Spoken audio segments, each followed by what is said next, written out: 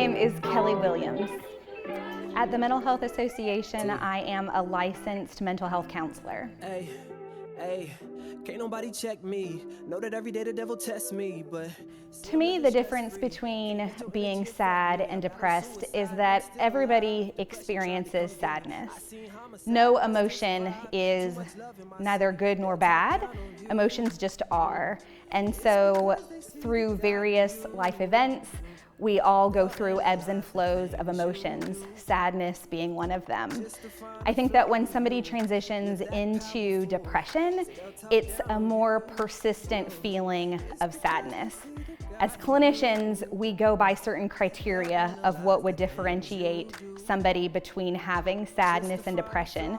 But I think the easiest way to describe it is that there is a significant adjustment in functioning. There's a reduction in functioning because of the sadness. So that might include loss of energy, loss of appetite, change in sleep, not feeling motivated. So it's more of a persistent and time-consuming sadness that lasts longer than just transient, emotions throughout the day. Just know depression's all in the mind, so don't... Things that impact mental health from a physical standpoint are the way in which people take care of themselves. And I think that a lot of people relate it to physical health because that's easier for people to digest. When people talk about the importance of exercise and eating correctly and sleeping an appropriate number of hours, drinking water, we are all very mindful of what it needs or what we need in order to be able to take care of our physical health. But in truth, those things directly affect our mental health as well.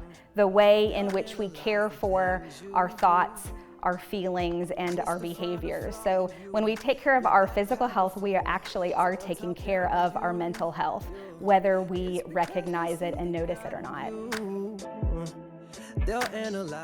Sleep schedules are very important, and I think that a lot of people that I talk to don't take care of themselves as well as they should with regarding sleep.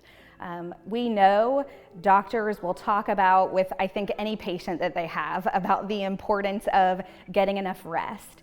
And what actually happens with our bodies is that we naturally produce melatonin, which helps us to be able to sleep.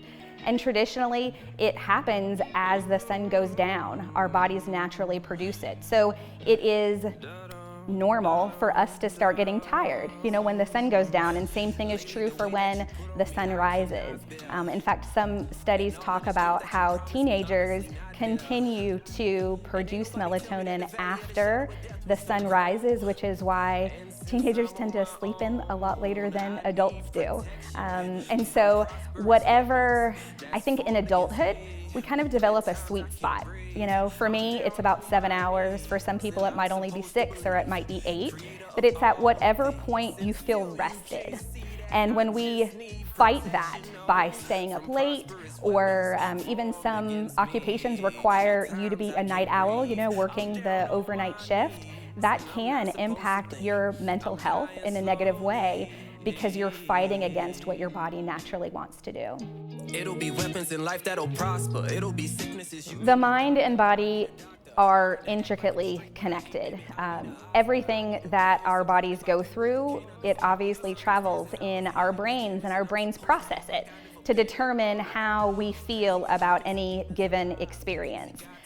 In therapy, I teach all of my clients that thoughts and feelings that we have in our brain is directly connected to the behaviors that we present the world. So when we are feeling good and feeling happy, our behaviors are going to show that, right? And so when we're feeling angry, also is going to show that.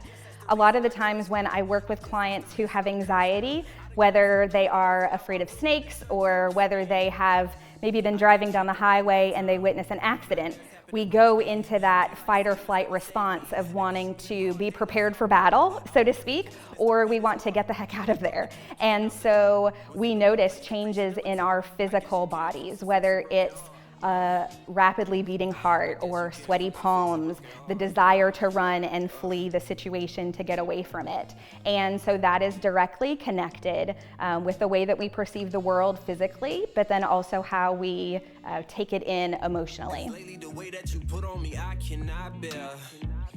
And all of the strength that you promised me, honestly not there. I think one of the hard things that people experience when they notice that a friend or family member is experiencing mental health distress is knowing how to help them without alienating them, without kind of calling out issues.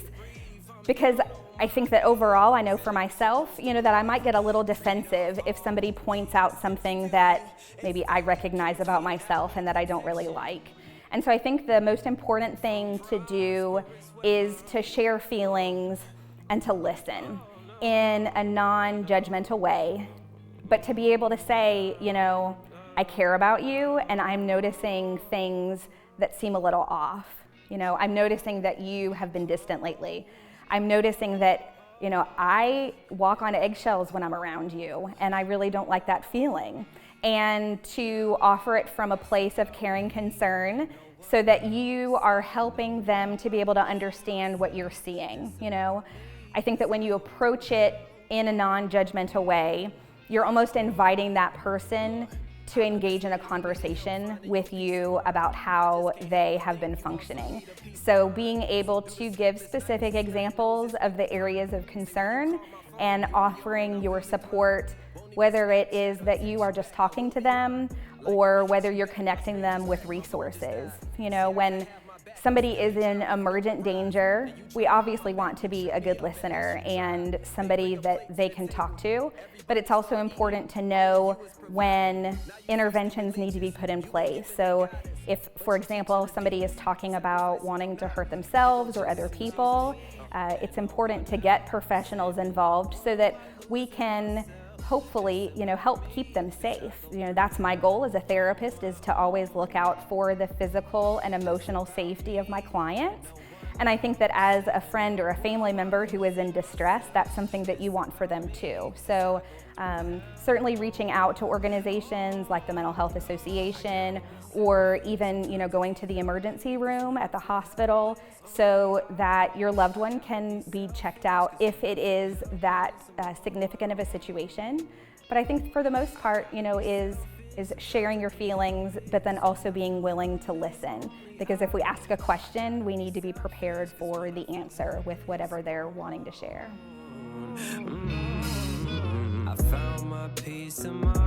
I think that the biggest signs for either reaching out for help yourself or intervening with a friend or family member's mental health concerns is that you want to look out for the way in which the issue is contributing to their daily functioning.